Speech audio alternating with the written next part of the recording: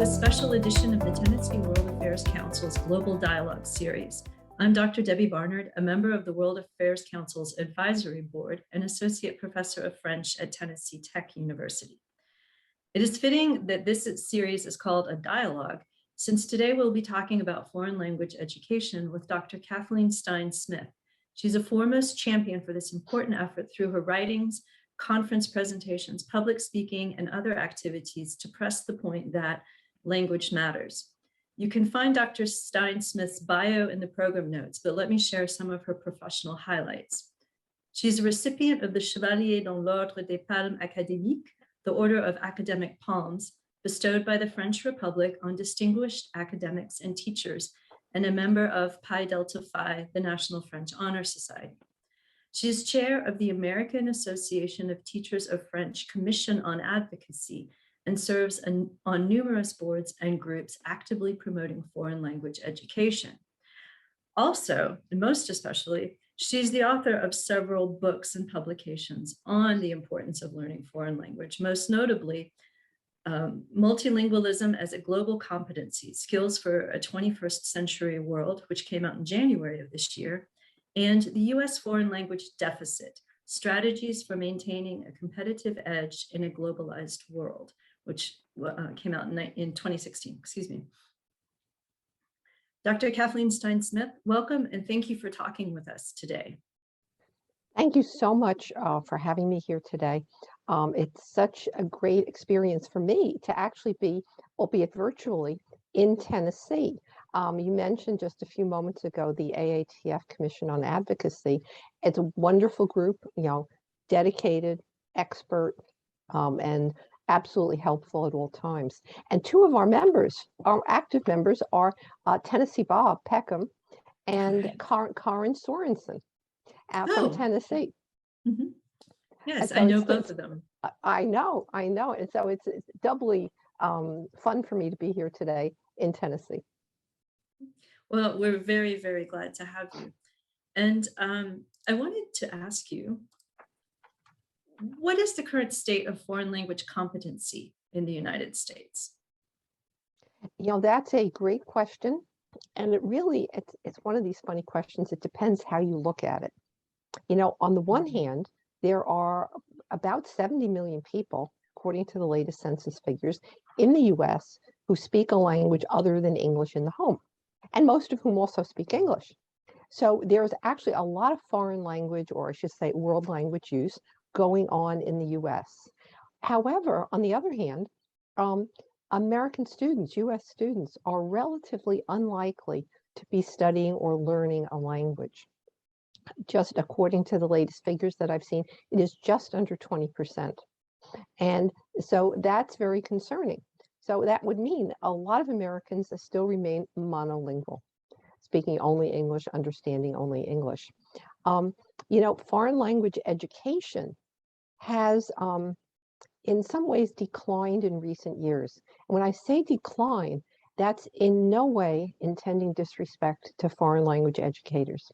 I have to say, I travel, I speak at conferences, I'm active in organizations. They are so dedicated, so professional, so highly educated, and doing a great job, and also busy advocating and supporting foreign language learning and use. However, enrollment has dropped, and it's tempting to refer to lack of motivation. It was often considered that Americans were relatively unmotivated to learn another language. However, I think the real picture is a little bit below the surface, and it is more, not so much a lack of interest or a lack of motivation, but it's lack of opportunity. According to the America's Languages Report, foreign language programs have decreased in number significantly in our middle schools and most dramatically in our public schools. And these are US public schools. So that means that a smaller percentage of our youngsters, and especially those who maybe are economically, socioeconomically disadvantaged, they will most likely be served by public schools. They have a decreasing opportunity. The figures are really frightening. And so It may be, for some cases, maybe a lack of interest. I mean, we're all human, we have different interests. But I think more importantly, it's that lack of opportunity. And then at the other end of the spectrum, in our post-secondary institutions, the foreign language enrollment now stands at something like 7.5% of students, down by half since the MLA started keeping these figures back in around 1960. And French, which is my primary language, French was really the most dramatically impacted in the last enrollment survey. And programs, a significant number of programs overall have been lost as defined by the MLA. And that is really of concern. So on the one hand, we've got vibrant language communities. On the other hand, we really are not giving our children and our students opportunities to learn languages. And then that's sort of a negative synergy, because while we have youngsters living in homes where languages other than English are spoken, once these children reach school age and go to school, they don't have the opportunity to build on that early childhood language experience and perhaps maintain their heritage language. Or even those who might have lost a heritage language who want to reacquire it, they don't have that opportunity either. So it's very much a mixed picture in terms of foreign languages, in terms of languages in the US. So there's no, or I wouldn't say no, but there's a dearth of cultivation for these, especially for these children that learn a language at home or who are heritage speakers. They don't get to grow with the language necessarily. They have what they learned at home, but then they don't have the opportunity to continue studying that formally once they go to school. I agree wholeheartedly that with what you said, that is sadly the case. And yet it seems apparent, and it's been certainly mentioned often, that this would be a wonderful resource to nurture rather than to ignore. And so how does this this dearth of foreign language education programs, of foreign language teaching, how does it affect American interests in the world? That's a really, a huge question. If you look at, for example, there's a recent report from ACTFL, Making Languages Our Business. It was an earlier report from the New American Economy, not lost in translation. And both of those reports, and there are many others, those are just two that are top of mind. Both of those reports highlight the fact that foreign languages are in demand. And interestingly, it's not any one particular language. It's not any one particular type of job or region in the US.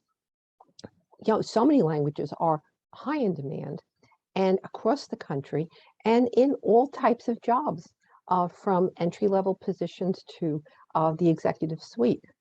The US is home to many, many international companies. There's a lot of foreign direct investment in the United States.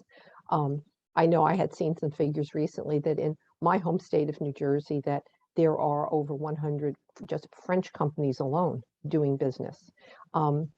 International companies functioning in the United States employ more than 500,000 people. I think the last figure I had seen was 650,000. And while not every job in an international company operating in the US requires another language, many of those jobs are enhanced by knowledge of the, the mother tongue of the parent company, and opportunities open up. And on the other hand, the US does a lot of trade with countries all over the world. We have trading partners everywhere. And again, not every job in every firm requires knowledge of other languages, but imagine to what extent the ability to do business, to discuss, to make your point, to negotiate, would be enhanced if you could actually speak the language of your trading partner, especially if you're the one who is trying to sell something, or conversely, to negotiate a deal that works to the advantage of both parties.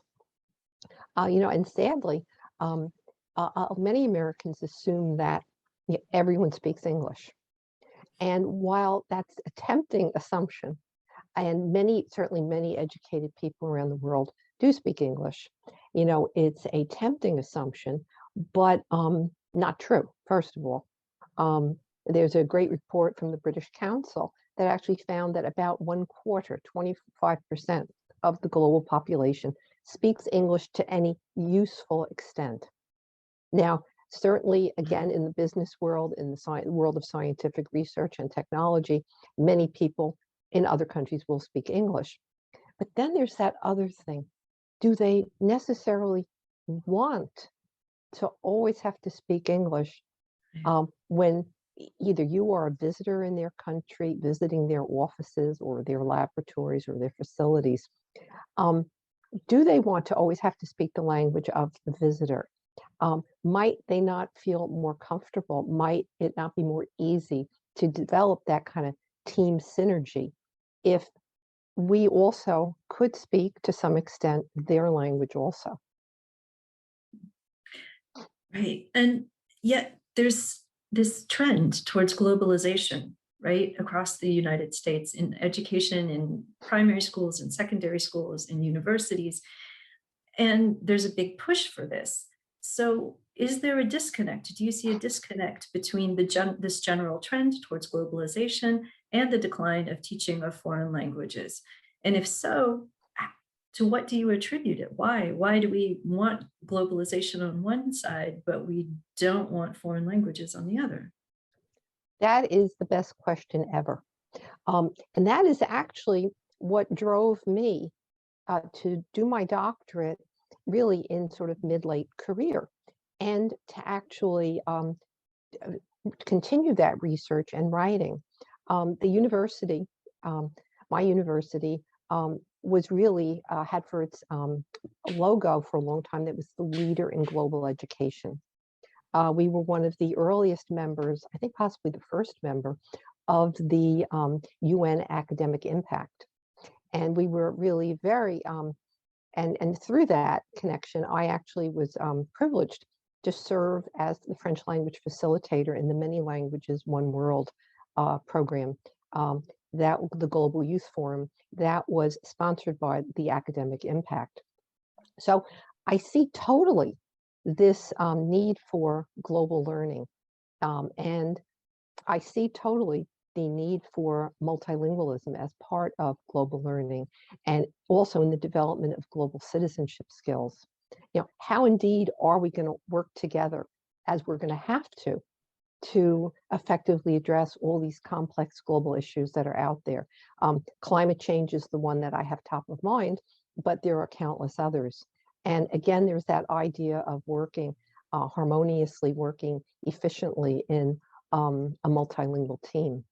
The UN in its statements on multilingualism stresses the importance of accurate and timely communication in a variety of languages. And even they, and increasingly so, they move beyond the 6 official languages in the publication of many important documents.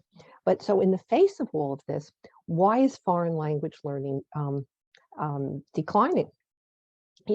And it's tempting to say, again, that we're reluctant because we just think the whole world speaks English.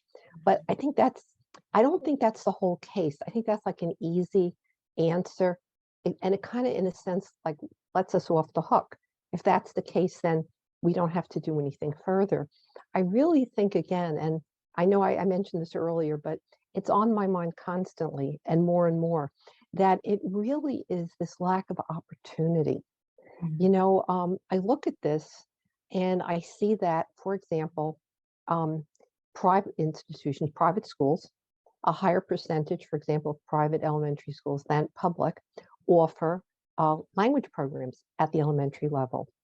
I think a great exception to that is really the bilingual revolution here in New York City, where it is New York City public schools that are offering these dual language immersion programs in round about a dozen languages. okay, at this point. And I mean, that's wonderful. And that's what we really have to be doing. I know I've read about states like Delaware and Utah who have really been very active in developing public school language programs that for the early age student. Louisiana has its French language immersion programs, for example. I mean, these are all, and there are more. I'm not meaning to leave anybody out. These are just ones top of mind. But I think, again, it's getting back to that lack of opportunity. And opportunity means that the programs exist, all right? And also that they're affordable. So they have to be really in settings either where funding is going to be provided or where there are no fees, AKA our public schools. But then I think further, what about the youngster who lives in a relatively remote area? What about the person who is mobility impaired or for a variety of reasons cannot travel a distance to a school or to a college or university that offers the foreign language program that they may want or the courses that they may want? I think of all kinds of issues. The person who has caregiving responsibilities, the person who has some sort of a handicap that will prevent them from going.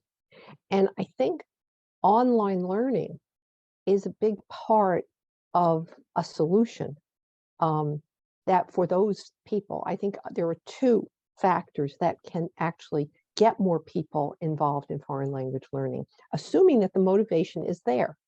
And part of our job is really to talk about why it's cool, why it's fun, why it's important, why it's very much future oriented to learn other languages. I think that's already there in our students, in their parents, in our communities. And we can talk about that. But I think the real key here is access. And I mean, that's where, and I know this sort of veers off into the realm of the political, but that's where language policy comes into play. I was fortunate enough, I went to school in Quebec. And now I'm dating myself here, but I was a student in Quebec in the years following the Quiet Revolution and the development of the statute for the official languages of Canada. So language and linguistics and bilingualism, they were just in the air constantly, and in an interdisciplinary kind of way. Everybody was talking about it, not just language educators or people who speak other languages. And I think that can be an inspiration for us. Were there a language policy in the US that would create a framework that really would enable funding for programs in public schools, for online programs?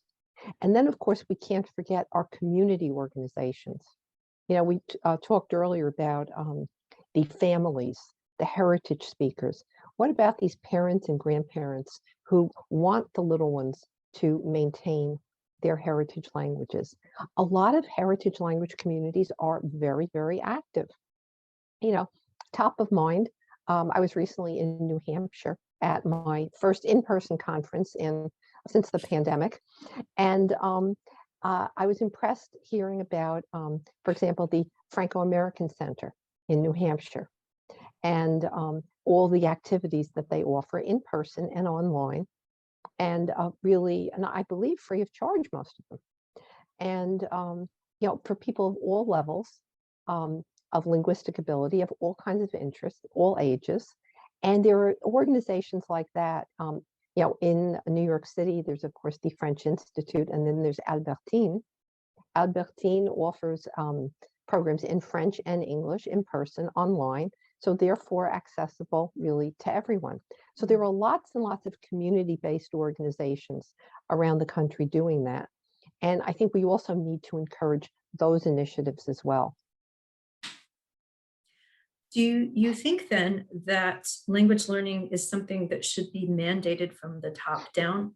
For example, here in Tennessee, there is a requirement for high school students that they must have 2 units of foreign language to graduate.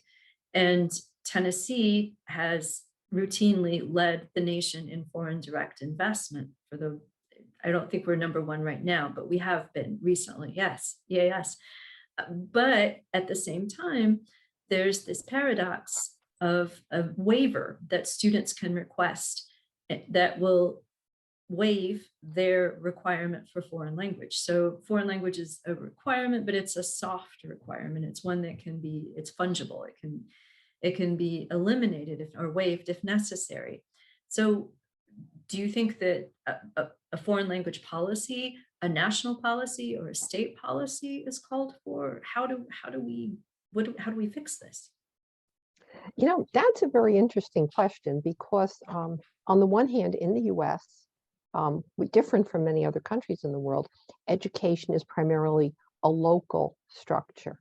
You know, local school districts, local school boards really exercise a great deal of influence. However, our federal government does exercise a great deal of influence. And there have been hearings on Capitol Hill over the years. There are initiatives going on right now, you know, and I think it's well known within the federal government that federal jobs are going without takers. They're unable to be filled because people in various departments of the federal government, various agencies, do not have the language skills that are needed. And these jobs are basically remaining unfilled. And I think that a federal policy on language learning is, I think, we would not be the first country in the world to have a language policy. You know, I mentioned the example of Canada, but in essence, not only do we not have a language policy, we don't even in the US have an official language. You know, we have a de facto official language of English, but there's nowhere in the law that says that English is the official language of the US. Now, there are many, many alternatives that could be included in a language policy. And yeah, I'm not a government, I'm not a lawmaker, but I would think there can be one or more official languages for this country. Some states in the US, about half of the states, have an official language, but our country overall does not. And, you know, I think there can be an initiative to have educators come together and perhaps look at the curriculum being offered in our school. You know, we've had initiatives in the past. We certainly had No Child Left Behind, which certainly looked at curriculum. And even though it was a federal initiative, had tremendous impact on education across the country. And many will say it was a little bit tough on areas like foreign languages and areas in the humanities, that there was perhaps less time for them in the curriculum. Perhaps we could have a look at that. When you say top down, that works to a certain extent, but I mean, we are a democracy and education is still largely local. So while I think a discussion at the highest levels would be very, very beneficial, and I think possibly some discussion of a language policy or recommended requirements and funding from the government. You know, and funding often comes along with recommendations and requirements. That would be most helpful. And I know there were people, for example, at JNCL who are busy working on Capitol Hill. And I know I love their advocacy day that they do. You know, I had the great opportunity to participate and actually talk to staff members of my representatives in the Congress and in the Senate. And I think that kind of grassroots political involvement is excellent. You know, we are all citizens. They are there to hear us. And, you know, I think that's great. You know, on the other hand, a lot of it is local. And I think that's where people who truly believe in language learning and use can be very active. You know, at the state level, we have organizations like Codafil. They do great work. They've been doing it for 50 years in the schools. And also they've had things like the We Initiative in businesses in Louisiana who had, in this case, French-speaking personnel offering products and services en français. Those are just two examples There are lots and lots more. I know, for example, my state of New Jersey, we're very tiny, but actually in that last enrollment survey that was done by, I'm guessing, the American Councils, New Jersey actually had the highest percentage of students overall enrolled in a foreign language class. And I mean, I wish it was 100%. I think we were a little over 50%, and the average is under 20% of students being enrolled. So New Jersey, I think, was the top figure, if memory serves. And I'm very proud of my state. And I don't see a lot of coercion for students to take other languages. I think a lot of it is that local communities recognize that this is good for the children, and we want our kids to have the best, and we want our future generations to and I know this term sounds a little bit arcane, but the term self-actualize. We want every child to have every opportunity to be that best person that they can and want to be. And I think that is so important, that activism at the local level. That's actually a great deal of what has created the bilingual programs in the New York City public school. It's parents and communities who have really advocated and developed partnerships with schools and school administrators. So I don't think any one approach is the only answer, but I think if people were working at the federal level, at the local level, people talking to state legislators, I think all of that comes together. And that's why everybody can play a part. You know, I think language advocacy is the ideal grassroots kind of advocacy. We don't all have to be experts. We don't all have to be educators. We don't all have to be any particular, have any particular skill set. First thing we have to believe, you know, this is values driven, has to be core value. You believe that multilingualism is a good thing. It's good for people, make their lives more interesting, and empower them to have relationships, conversations, experience travel in a different way, to maybe have a better job and earn more money also, but that's not the be all and end all. And everybody can be an advocate if you believe. You know, you take what skills you have, what time you have, what funding you have available, you know, whether you could, some people really take it to the next level and start petitions and run for office, run for school board. I mean, and, you know, and others, like the rest of us, we do what we can with the talents we have and the skills we have and the time we have. For example, language educators are busy people. They're teaching all day. They're also, through their wonderful teaching, they're advocating for languages in their classrooms. But, you know, anybody can start a social media account. Anyone can write a letter to the editor. Anyone can create a blog. You know, anyone can talk to or write to their representative, either at the local, state, or national level. So advocacy, if you believe, and I think if everybody did believe in the importance of languages and language learning, and took one little action, you know, 5 minutes a day, 10 minutes a day, even whatever it may be, to support and to promote language learning, yeah, I think that would go a long, long way toward making languages part of our life. So it's a multi-level approach that you're advocating for, that you're recommending, rather, a multi-level approach. You said that so much better than I did. Thank you. No. No, really, yeah, you we did. can all do something, right? But I guess my final question, and this is maybe the hardest one as a foreign language educator myself, how do we convince the average everyday American that learning a foreign language is important? Because so many times, for example, in my university, we have students who come and they take a placement test and they score pretty high on the placement test. But then they go and they're in a different department. They're not in, you know, they don't want to be a French or a Spanish major or a German major, but they go to see their advisors and the advisor says, well, you don't need foreign language for your major because, you know, you're going to be a biologist, or you're going to be a physicist, or you're going to be a mathematician, or you're going to be a social worker. So how do we break that barrier to get people to understand that it, like you said, it doesn't matter about, yes, the money is a fringe benefit, the status is a fringe benefit, but that there's so many other advantages. How do we, what do you recommend to combat that? Not Well, combat, but to modify. there's an old-fashioned term. It's called the elevator pitch.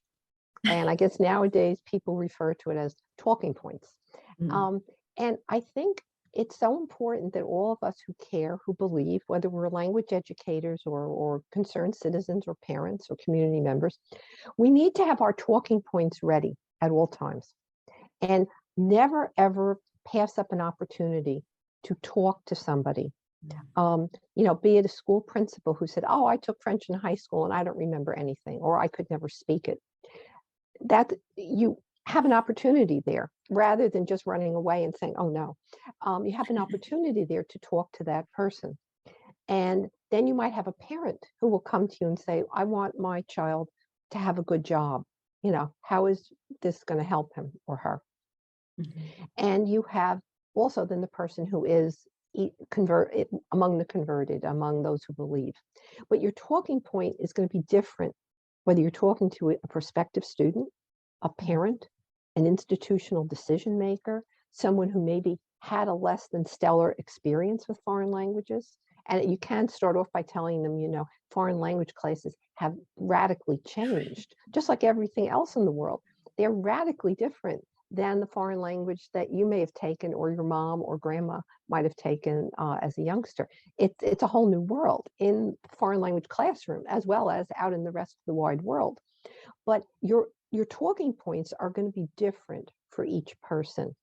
And that's the thing. You have to have your talking points ready, and then you have to make that snap judgment really in that moment. Which talking points are going to work best? And you cannot pass up an opportunity. You really can't be shy, can't be tongue-tied. That's hard though, but you can't be tongue-tied. You can't use the same talking points for everyone. And you have to always be ready, even if you run into somebody in the supermarket and the conversation starts. You honestly have to probably put your urgency to get home to cook dinner on the back burner, literally, for a moment and take time to engage that person. Any opportunity that you get, and if we all do that, if we all take that opportunity and have our talking points ready, for some people it'll be the statistics. For other people, it'll be in the local community. We need interpreters in our hospitals, in our courts. We need certainly, and you mentioned social workers a moment ago. Certainly, if you're going to help people, it's a lot easier to build that rapport with them.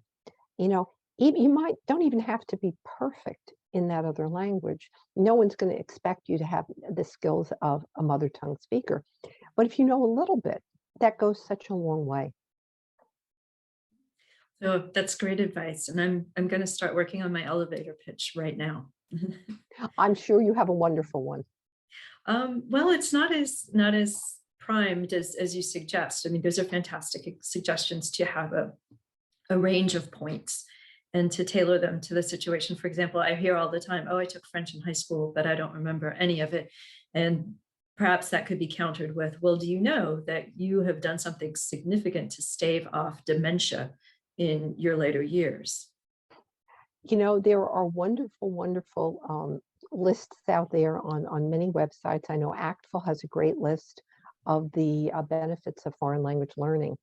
And it includes things like that the neuroscientists understand. I do not understand them. I'm not a neuroscientist, but there are great, great benefits, reasoning, cognitive benefits of all sorts, academic benefits, and that part about staving off dementia. If you use a language, not just that you took it in school, but actually use it on a regular basis, it helps you. It's like going to the gym for your brain. Right. And for people that are interested in consulting these talking points and in upping their advocacy game for foreign language, the ACTFL website that Dr. Stein-Smith referred to is ACTFL, that's the American Council on the Teaching of Foreign Languages.org. So You know, those points can be found there. there are great associations devoted to languages. You have ACTFL at the national level. You have JNCL lobbying for us in Washington. But then you also have national associations for all of the different languages that are commonly taught in the US. AATF certainly, AATSP, AATG, AATI, and on and on. And then you've got state and regional associations. You can certainly reach out to any of those associations, whether you're an educator or not, for information, or check their website. They all have great resources out there on offer. Yes. Well, thank you so much, Dr. Stein-Smith. We've been talking with Dr. Kathleen Stein-Smith, a foremost advocate of foreign language training in America. Thank you so much for inviting me here today. If anyone listening to this really wants to discuss this, certainly feel free to email me. May I give my email address? Yes, please do. Okay, Kathy Stein-Smith at Gmail. You can email me, and if it's specifically a question related to French language advocacy, certainly if you wish, I can put you in touch with the AATF Commission on Advocacy. But we are all in this together. Languages and language learning are all good. So it doesn't need to be a question just on French. But if you do want to contact me, I'd be happy to talk with you. Well, thank you so much. And I think that your contact information, your email address will be included in the notes on under the recording as well. So thank you so much again for joining us and for talking about this very important matter, because language does matter. And thank you to all of our viewers for watching this program. It was made possible through the work of the Tennessee World Affairs Council. You can support its global awareness programs through your membership and donation. Check the website tnwac.org to join or make a gift. And lastly, please join us in advocating for foreign language education in your community. Au revoir. Thank you so much. Thank you so much. And good luck with all the good work that you do. Thank you. Au revoir.